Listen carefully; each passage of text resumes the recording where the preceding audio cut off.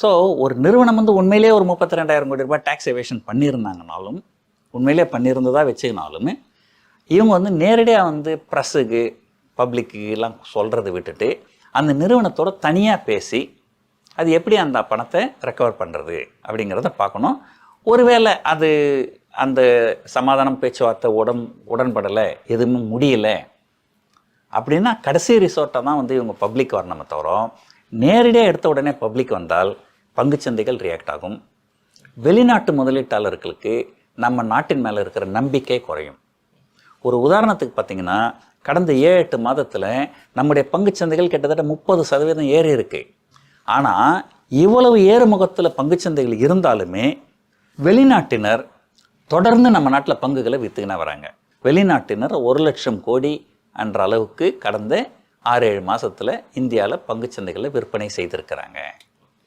அப்போது ஏன் வந்து அவங்க நம்பிக்கை இழக்கிறாங்க? அப்போ இதெல்லாம் வந்து ஒரு காரணமாக இருக்குமா? அரசாங்கம் சம்பந்தப்பட்ட எல்லா துறைகளுமே ஒரு டிரான்ஸ்பரண்ட்டாக இருக்கணும். ஏதாவது பெரிய தவறு நடந்தால் உடனடியாக கண்டுபிடிச்சி அதை சரி பண்ணணும். அதை விட்டுட்டு 10 வருஷம் உட்காந்து நின்றுட்டு அது 10 வருஷம் கழிச்சு நீ 50,000 கோடி ஒரே நாளில் கொடு அப்படின்னா அது வந்து பாசிபிள் கிடையாது. ஸோ இந்த மாதிரி ஒரு எல்லாருமே வந்து ஒரு பொறுப்போடு நடக்கணும். செயல் நான் தப்புன்னு சொல்ல மாட்டேன், ஆனால் செய்த விதம் அதை வந்து அவங்களுக்கு தேவையான ஒரு இது கொடுக்காம ஒரு பப்ளிக் வந்து முதல்ல இன்ஃபர்மேஷன் டைவல்ஜ் பண்ணுறது. ஸோ இதெல்லாம் வந்து ஓரளவு வந்து பப்ளிக்கு தெரியாமல் பார்த்துன்னு இருந்தாங்கனால் அது நல்லது. இன்ஃபோசிஸ்னுடைய முன்னாள் உறுப்பினர், அது ஒரு அங்கமாக இருந்த மோகன்தாஸ் பாய் அவர்கள் வந்து டேக்ஸ் டெரரிசம் அப்படிங்கிற ஒரு வார்த்தையை பயன்படுத்தியிருக்காரு. இது வந்து ஏற்றுக்கொள்ள முடியாத ஒரு விஷயம் அப்படிங்கிற மாதிரி கடுமையான வார்த்தைகளை பயன்படுத்தியிருக்காரு. அதை பற்றி என்ன நினைக்கிறீங்க? இல்லை, அவர் இப்போ தான் பயன்படுத்தியிருக்கிறாரு.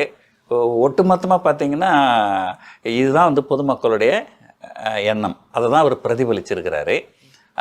மோகன்தாஸ் பாய் வந்து ஒரு பார்ட் ஆஃப் இன்ஃபோசிஸ். அவர் இன்றைக்கி இன்ஃபோசிஸ் பிரச்சனை வரும்போது பேசுகிறாரு. ஆனால் பொதுவாகவே நீங்கள் வெளிநாடுகளில் போனீங்கன்னால் இந்தியாவை பற்றி அவங்களுடைய ஒப்பீனியன் என்ன இருக்குன்னு சொன்னால் இது ஒரு டேக்ஸ் டெரரிசம் கண்ட்ரி. ஒரு சின்ன உதாரணத்துக்கு சொல்கிறேன் பாருங்கள். மொரிஷியஸ்லேருந்து வந்து இங்கே வந்து முதலீடு பண்ணுற வெளிநாட்டு முதலீட்டாளர்கள் அவங்களுக்கு வந்து கேபிட்டல் கெயின் டேக்ஸ் கிடையாது அப்படின்னு இருந்தது 2017 வரைக்கும். 2017 இவங்க என்ன பண்ணாங்க, இந்திய அரசாங்கம் நீங்கள் வந்து இதுக்கு மேலே வந்து மொரிஷியஸ்லேருந்து முதலீடு பண்ணுறவங்க கேபிட்டல் கெயின் டேக்ஸ் பே பண்ணணும் அப்படின்னு சொன்னாங்க. அதுக்கு அவங்க எல்லோரும் ஒத்துக்கினாங்க. அப்படின்னா இதுக்கு மேலே நாங்கள் முதலீடு பண்ணுறவங்க கேபிட்டல் கெயின் டேக்ஸ் பே பண்ணிவிடுவாங்க, ஆனால் இதுக்கு முன்னாடி முதலீடு பண்ணவங்க டேக்ஸ் பே பண்ண வேண்டியதில்லை. அது வந்து கிராண்ட் ஃபாதரிங் கிளாஸ் அப்படின்னு சொல்லுவாங்க. ஸோ அப்படின்னு சொல்லியிருந்தாங்க. ஓகே, அது சரி. இப்போ திடீர்னு இந்த வருஷம் வந்து 2017 முன்னாடி முதலீடு பண்ணவங்களும் இப்போ நீங்கள் கேபிட்டல் கெயின் டேக்ஸ் பே பண்ணணும். அப்போது ஒரு அரசாங்கத்து மேலே மக்களுக்கு என்ன எப்படி நம்பிக்கை வரும்? இப்போ அரசாங்கம் என்ன சொல்கிறாங்க, நீங்கள் வந்து ஒரு 25% வரி கட்டுங்கன்னு சொல்கிறாங்க. இதை நம்பி என்ன பண்ணி நீங்கள் வந்து சைனாவில் வந்து 30% கேட்குறாங்க, ஹாங்காங்கில் 28% கேட்குறாங்க, வேறு ஒரு.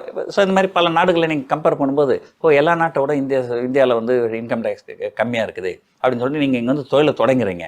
தொழில் தொடங்கி ஒரு 2 வருஷம் கழிச்சு திடீர்னு நீங்கள் இங்கே 50% டேக்ஸு அப்படின்னு சொன்னால் அப்போ உங்களுக்கு என்ன தோணும்? நம்ம அந்த நாட்டுக்கே போயிருக்கலாமே.